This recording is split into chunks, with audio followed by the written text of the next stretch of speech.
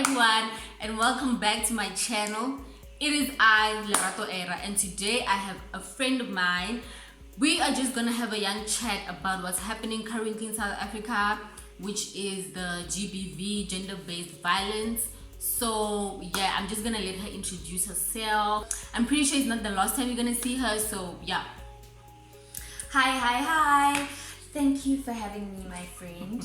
My name is Mashadi Rakwale and I am 25 years of age. I studied at Tshwane University of Technology.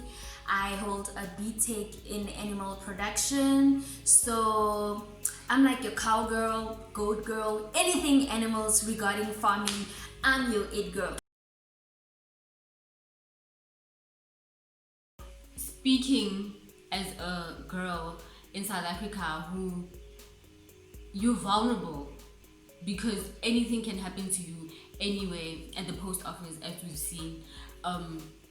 But I feel like in a way we've all experienced it, but on different levels. You could be like going to the shop and a guy would want to talk to you and you don't want to respond or you don't want to talk back because obviously we're always scared, and someone can just assault you, you know, say for not wanting to talk to them. Yeah, like which is crazy.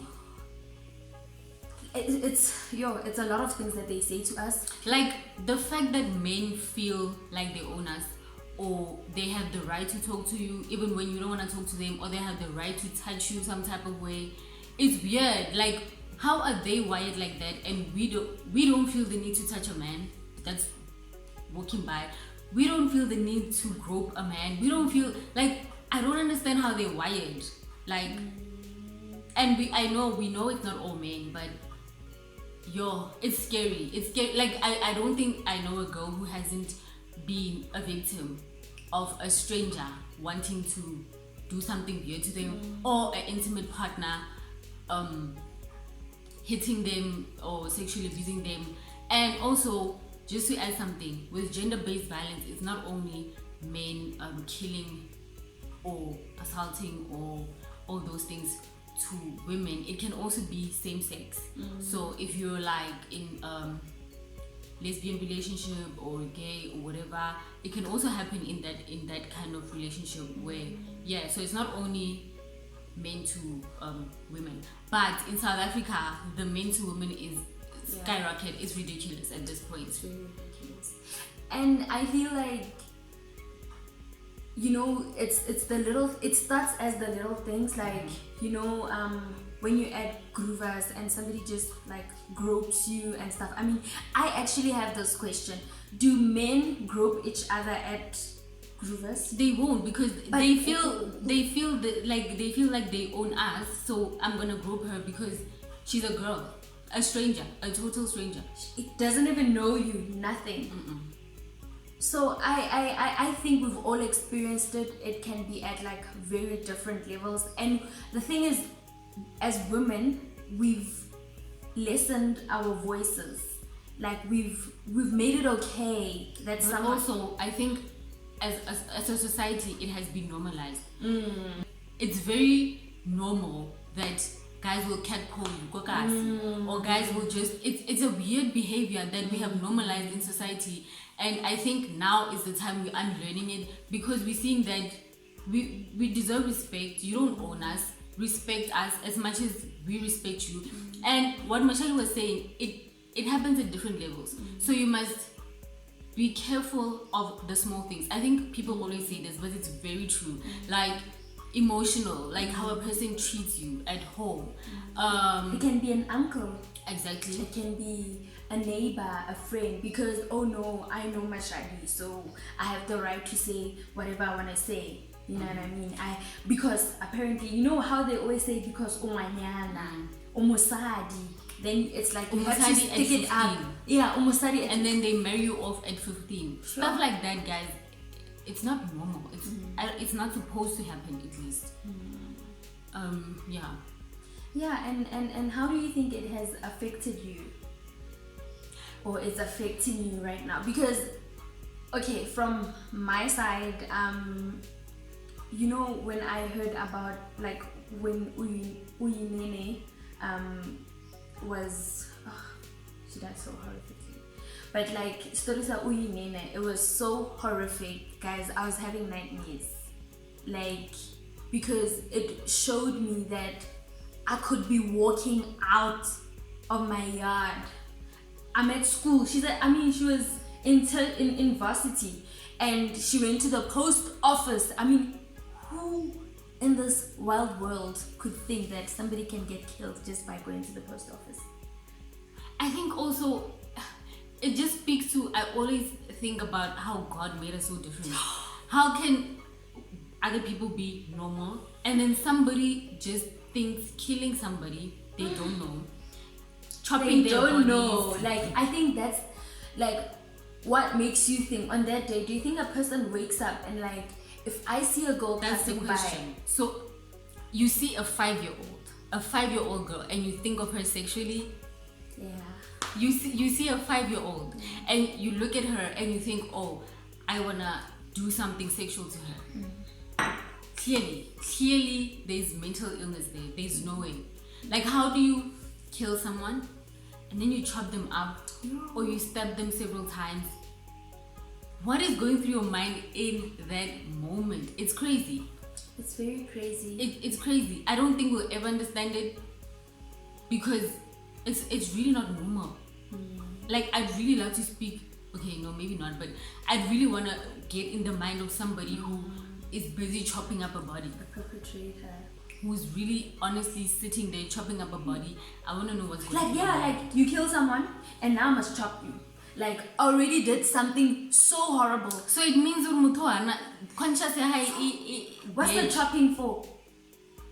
Because they must make it easy to carry you. I'd be so devastated. And people think that like gender-based violence is only like when somebody kills you. Like, it can be sexual, it can be emotional, it can be threats. Yeah. I was gonna say, like the way it was long ago, like, you know, with females not being offered the same freedom, not being offered maybe the same level of education and stuff like that. Stuff like that is, towards us, the female gender, it's very offensive and very, yeah. So trying to keep women mute and trying to keep them passive and quiet and very uneducated and stuff like that is the beginning of all that, because they're trying to take our power away from us by not educating us, not giving us the mental, or, you know, not allowing us to grow mentally and in life in general. Or not allowing us to dream. I mean, and also if you look at the killings that we've also been following, also when you read about the stories, most of the times you hear that this lady has been successful. She had just bought a car. She had just graduated. She had just graduated. She's just thriving in life, and the man couldn't take it. Also, like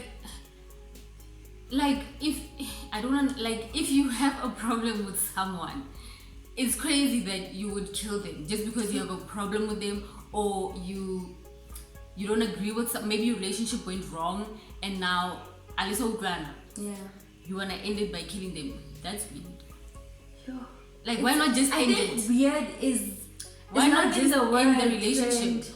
Like, weird is not a word. It's not, because there's no way to explain it. Like, why not just end the relationship? And also, do you think, like I was thinking the other day, that do I think I educate the boys? Because the boys around me, because I mean, okay, so my mom is from a family of 9 and I'm the eldest Granddaughter. Yeah, I'm the only granddaughter. So there is a grandson. So I was thinking the other day, hey, Mashadi, like, do you actually take the time and effort to speak to my cousins? You know what I mean? Because I was the only granddaughter, you sort of like develop a thick skin. This is how boys are, and what they always say, no man, bashimani, boys will be boys. So now I need to reverse that and show them, no guys, me acting tough, trying to fit in and to protect myself. Protect myself around you guys is not normal. You know, I need to be feminine I need to feel like I'm a lady. Not to say oh, they're doing other stuff, but it's like I don't know how to explain it. Like their personalities, you know how rough guys are. Yeah. You just develop this thick skin because no, I'm raised around boys. Like I'll fall from a tree and I can't laugh. I mean, I can't cry because they'll laugh at me or because I'm too girly. You know what else I'm thinking now? How many of our brothers and uncles and stuff like that are not necessarily they're very okay at home, like they treat their parents and their siblings okay, but they go and treat their girlfriend like trash. True. They go and beat their girlfriends.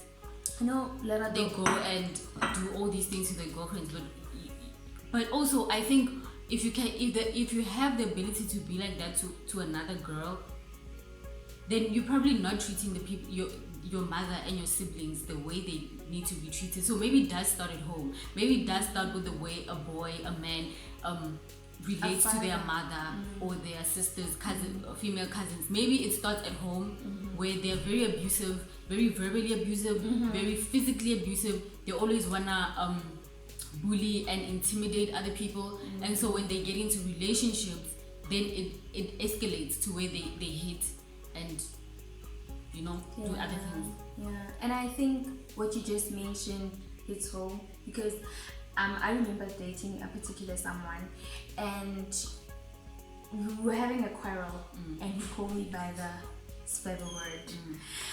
And I told him that, so this means you're not only treating me like this at your workplace, it means when a lady is being heard more than you, then you're starting to think, oh no, she's a bitch. You know, it's your workplace, it's your sister, because he had sisters as well. It's your sister, it's your neighbors. Like, it means that behavior is not only towards me. Like, and I was like, I don't want to be with a person like that, because now it means tomorrow I must defend you for doing something wrong, knowingly that you've said certain stuff to me. Yeah. So it's like, I don't want to be associated with this kind of man. I'm sorry. Can I also say, as a girl, I know girls who have been abused, like physically, but well, not a lot actually. Let me say not a lot, because some don't want to talk about it, which is okay. My point is that I do not feel comfortable speaking for other women. I feel like should you feel the need to, come out and say I've actually been abused, it should be your place. I don't want to talk for Mashadi. I don't want to say Mashadi was abused. I don't want to say, you know what I mean? So I think as much as somebody might have come to you and been like, yo, my boyfriend hit me, my boyfriend did this and that to me. I mean, give them advice, be there for them. But when it comes to like telling their story, which is, I'm gonna contradict myself now, like with the whole Babes Uduma situation and when Mashaba said it on thingy. Oh, yeah. Yes. I can agree with what she did, because now wrong. Like, I understand that, or sometimes they say maybe I'm being abused. I don't want you to tell my story because I feel ashamed, because I don't know why we as women, when things are against us, we feel like we are the wrong ones. So I feel ashamed. I feel like no, you can't talk about it. But I feel like what Mashaba did was like legendary, because also and then you have to speak. Yeah, we knew about it and we didn't want to say anything. But also on the other hand, I want to respect people I want to respect people telling their own stories and coming out and saying, because as a person who has their own experiences, if I'm not ready to talk about it, please don't talk for me. I think that's why people don't open up to us. It's because they're afraid that we're gonna go and speak for them and just expose them when they're not ready. So it's do you think for me it's like this. Yeah, some people I've seen on Twitter, it's called the Me Too or something like that. Yeah, where people say I was this many years and this and this person did it to me. But I feel like I'm personally, I don't know. No, I understand you, friend. And sometimes it's like, you know how you're not really a talkative person. I mean, if I had to find out when you're in an abusive relationship, you know I won't be quiet. Like, why? Like, you know, I can't. So are you gonna approach the guy? His friend. And as Mara, something must happen.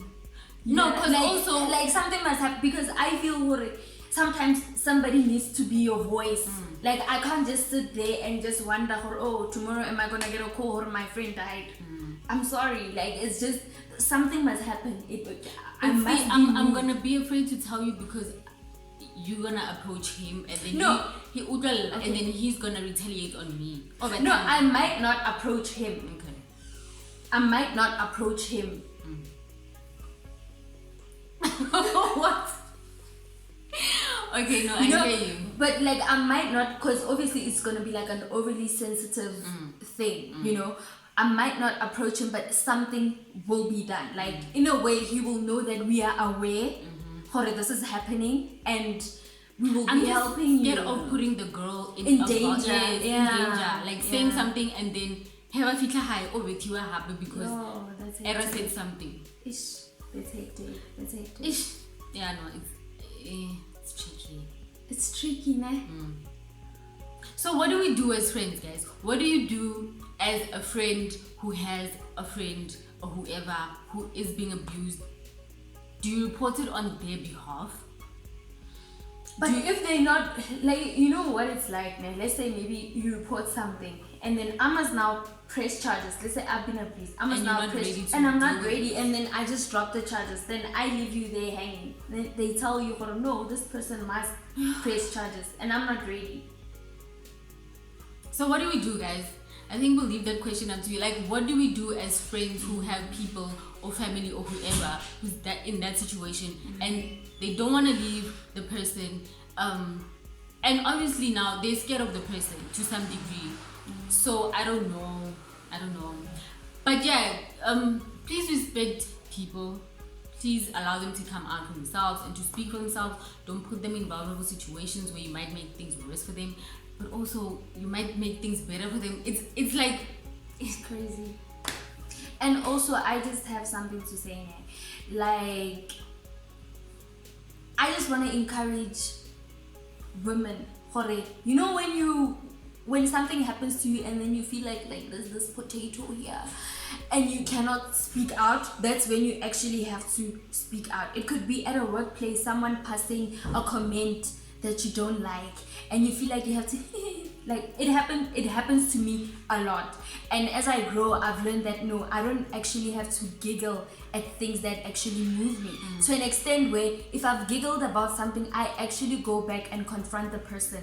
Hey, what you said is not right. Hey, I didn't like this. And if you and I are gonna be working together or are gonna be friends and you're gonna keep on saying such things, environment. No, I'm not comfortable with you. So I think we must stop allowing things that we feel uncomfortable with. Yes, and your voice, when you feel like that potato is here and you move away, you must gather the courage, go back and remove that potato. I feel like we've been focused on the females a lot. The important thing, guys, is now more than ever to educate the nephews, the male cousins, whoever, the uncles, the brothers, because it's them who are the problem. We are not the problem. We are just living our lives. You going jogging, you going to the mall, you going to the post office, normal things that they do without a problem, we have to guard against. In a world that is made for all of us. It's weird. Somebody said being female is like being black twice. My heart dropped.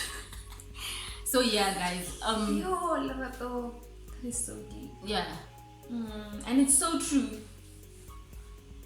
Imagine being black, young, and a woman in South Africa. That's the reality that we are living in. So I think, I don't know.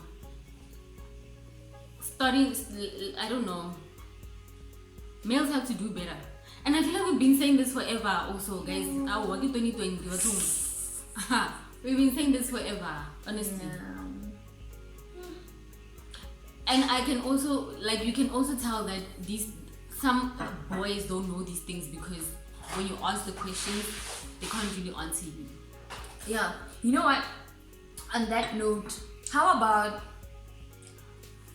if you're a lady and you've got males around you, maybe a brother, an uncle, just ask them what they think about gender-based violence. Some of them won't even know what it is. Oh, what it is. Mm-hmm. So if you don't know what it is, they won't even know the rest of the story. And also ask them how they think as men, because until they say not all men. So let's see what not all men, because it's like that. What are they willing to do to make sure that the statistics lessen? It's crazy. It's very crazy. Men are made different. It's weird. But men are meant to protect. You know, I feel like maybe they're forgetting their roles. Like I think they taking this I'm the man protect. They're taking it to another level where they feel like power elabana lenyona. They're now using it for wrong things. If that makes sense. But you know, because they say a man is a leader, right? Do you think one wants to be led that way? Because I mean, as a leader, you must be led in such a way that if you were led, you would agree to the terms of how you are being led. So I feel like they don't understand that if you're the man of the house, you're meant to protect. If you're the man of the house, you're meant to. They are abusing their role. Like yeah. They're abusing their role. Like, just because you're the man, they feel like they own us. They feel like they can do anything to us like that.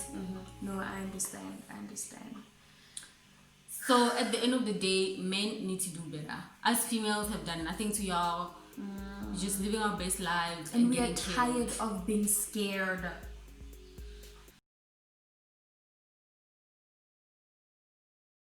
So the fact that we can't rely on our law enforcement is very disappointing, because they're supposed to be our protectors.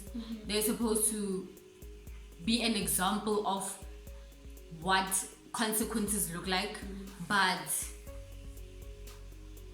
they're not. Yeah, and I've had that experience. I mean, there was this one time, okay, so let me explain it like this. So where we used to stay, our neighbors sell alcohol, right? So then there was this one problematic customer who came and he assaulted me and my mom.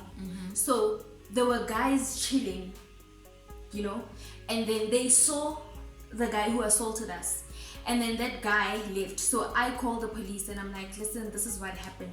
They pulled through, and I had to call them like 3 times. They pulled through.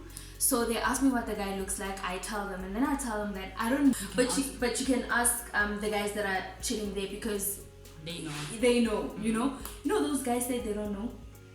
You see, they said they don't know, and the police were like, no, there's nothing we can do. They don't know. Like, men protect. How are we supposed to get him if you don't know? And I'm like, how am I supposed to get him too? Like, that's why I called you, because I think like you guys are trained for that. Like, come on, like, you know, I was so devastated that day. He almost ran into me with a car, and that guy was drunk.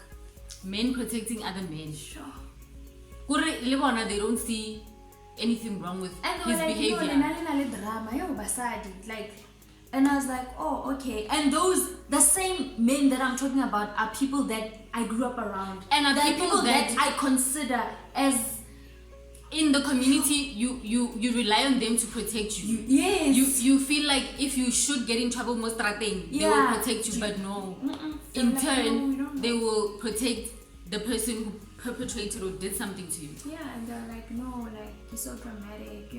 Like, you need to chill. I feel like if you went to the police academy, or you are a whatever you are, like, are you even passionate, like, or at this point? Because clearly you don't want to help people. So I feel like if I'm gonna chance here, who wanna protect us . And I want to know, how many cases have you followed where women were assaulted, raped, and done these horrific things, and you heard that the perpetrator is behind bars? You watch Ufelani and you can see these things. Yeah. Men, a person who raped you, and you still have to see them every day. Yo. And actually, you know, I saw something on Facebook. This guy started inboxing this particular lady. This guy had raped this girl back when they were in varsity at a school festival, like a varsity festival. This guy was like, yeah, I'll do it again. And they see nothing wrong in it. Like, clearly, guys, clearly. And I mean, psychologically, we are not on the same plane. The horror that she went through. And when she posted it, she was like, guys, I'm looking for this guy. He put me through hell because he spiked my drink and he raped me. And he has the guts to come and inbox me and tell me that he can do it again. And also, they have confidence in doing these things because they know that they're going to get away with it. Yeah, it's easy. I mean, it's essay. I mean, I was asking myself, where do these guys get like guns? Because you must have a licensed gun, yes, right? Like where? Also, the corruption. It's like somebody died, and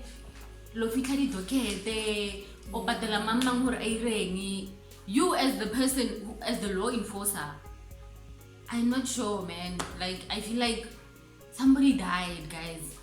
And that's also somebody has to be held responsible. That is like structural, like violence. Of course, against us women. Yes. Because that's you report, you don't report. What's one? You leave, you don't leave. What's one? Yeah. So yeah, you're in a relationship, you're not in a relationship, stranger will come and just finish you know, do you remember there was a time, I think maybe like the early 2000s, when guys used to force girls in relationships? Like, yeah, we know why. And you see, that's the other thing. It was normal. Like in society, we normalize men doing these things. That's the crazy part, and that's why they get away with it. Thank you so much for having me. Thank you so much for tuning. Please don't forget to subscribe to see more of this beautiful, beautiful content. Hope you guys enjoyed this episode. Yeah, we will interact in the comments. Thank you guys. Thank you, friend. I'll see you guys in the next video.